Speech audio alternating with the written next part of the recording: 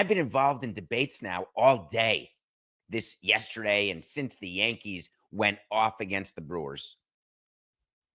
9 home runs in one game, 13 over 2 games, setting records left and right. Aaron Judge on pace to hit 669 home runs in one season.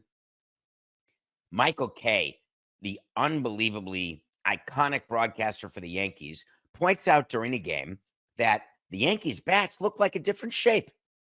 And then you zero in and you see that Jazz Chisholm and Anthony Volpe and Paul Goldschmidt, who just happened to hit home runs on a random Saturday in March, are using a bat that looks different.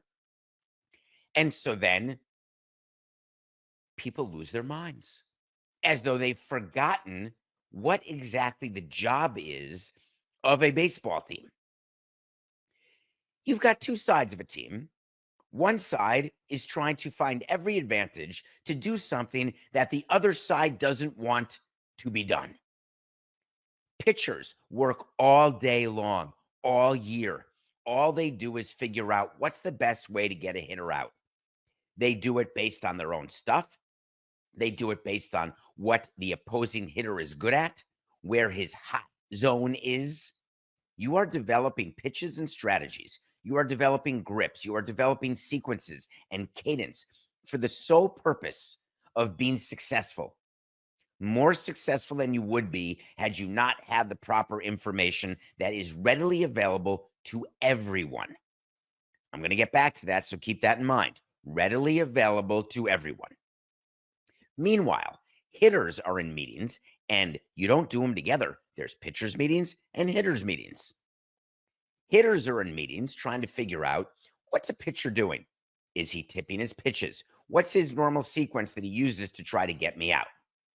How do I focus on seeing the seams as quickly as possible so I can see the spin, so I can decide what I'm going to lay off, what I'm going to sit on, for the sole purpose of trying to do the single hardest thing that exists in all of sports?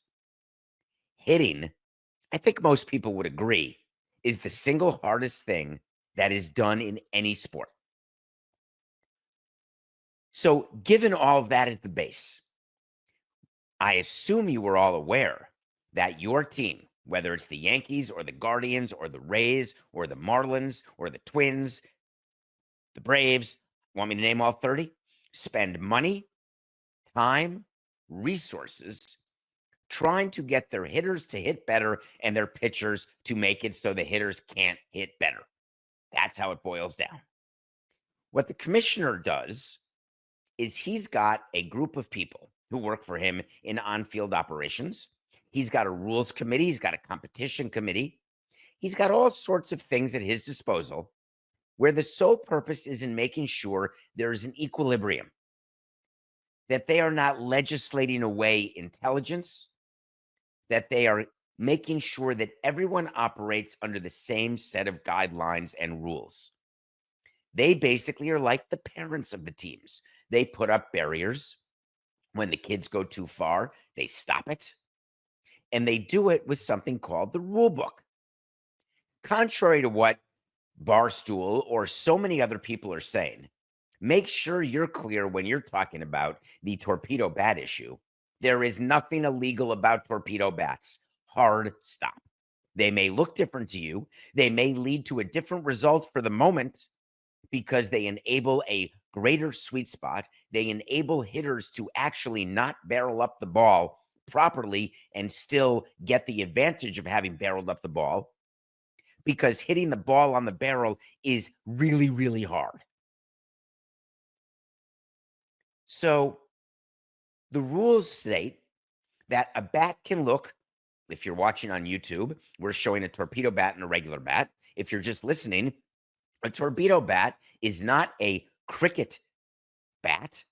It is a round bat that is exactly according to Rule 3.02. It is not more than 2.61 inches in diameter. It is not more than 42 inches in length. Hard stop. If you want to put all of the wood in the handle, have at it. If you want to put all the wood on the top of the bat, have at it. Make it like a club. Do whatever you think you want to do, all within the rule. And then there's nothing to talk about except what everybody's talking about. which is that the damn Yankees have figured out a way to do it again. I draw your attention to only within the last 2 years when Commissioner Rob Manfred was extremely clear with what his biggest concern in the game was. It wasn't necessarily the fact that the Dodgers had a bigger payroll than the Marlins. It was that there was becoming a greater and greater disparity in money that was being used off the field, the size of front offices, the ability to hire people like an MIT analyst, the ability to have analytics department that are as big as sweatshops in China that will enable a team to extract every piece of data and make it into a digestible fact for players and coaches to use to gain advantage. The reason why the commissioner is concerned about that is that think about what you would do if you had all the money in the world and you were competing against people who didn't. Would you get a faster car if it was a race to get water in a Mad Max world and you had the ability to develop a faster engine? Would you find a way to have different clothes on in order to run faster? Do you remember in swimming when people started wearing bodysuits or started shaving the hair on their body because there were studies done that you wanted no drag in the water? Do you remember when football players changed the equipment because they wanted stickier gloves? And finally, the rules committee said, there's a level of stick we won't allow. It happened in baseball too, with Garrett Cole's sticky stuff. All we do in everything we do is try to take the rules that we're given and gain an advantage. If you gain an advantage while breaking the rules, it's called a crime, or it's called civil liability. If you gain an advantage that exists in the tax code because you have a better tax attorney than someone else, that is not against the law. It can be changed. The rules of engagement can be changed. Why do you think the Yankees and the Dodgers continually say to anyone in the media who will listen, all we do is operate within the system. We're not doing anything wrong. And they're exactly right. Why is it when the A's developed Moneyball, which they didn't, infield shifting, which they really didn't, but why did MLB change the rules on the infield shift? Because there was such an advantage given to the defense because of that shift that they decided as an organization that they were not going to allow it any longer, so they changed the rule. Now there's no more shift, except the shortstop still plays exactly according to the limit of what the rule allows, which is why you see a shortstop about an inch to the third base side of second base when there is a lefty up that would have merited the shift. When the pitch is thrown, the shortstop's on the move, but not before. Yet another thing for an umpire to pay attention to. Why? Because that's the rule. You're allowed to move at that moment.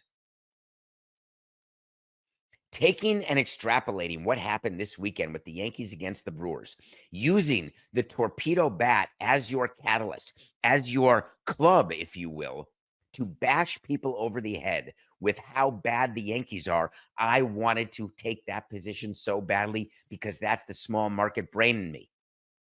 But it would have been wrong. It would have been a disservice to you. What the Yankees did is spent money that they're allowed to spend, developing something that they're allowed to develop that is being used by teams other than the Yankees for the sole purpose of doing something better.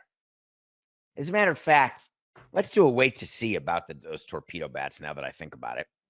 We'll make this an official wait to see. MLB is not going to change the rules and disallow torpedo bats. I just want to have that out there. Make sure you are clear.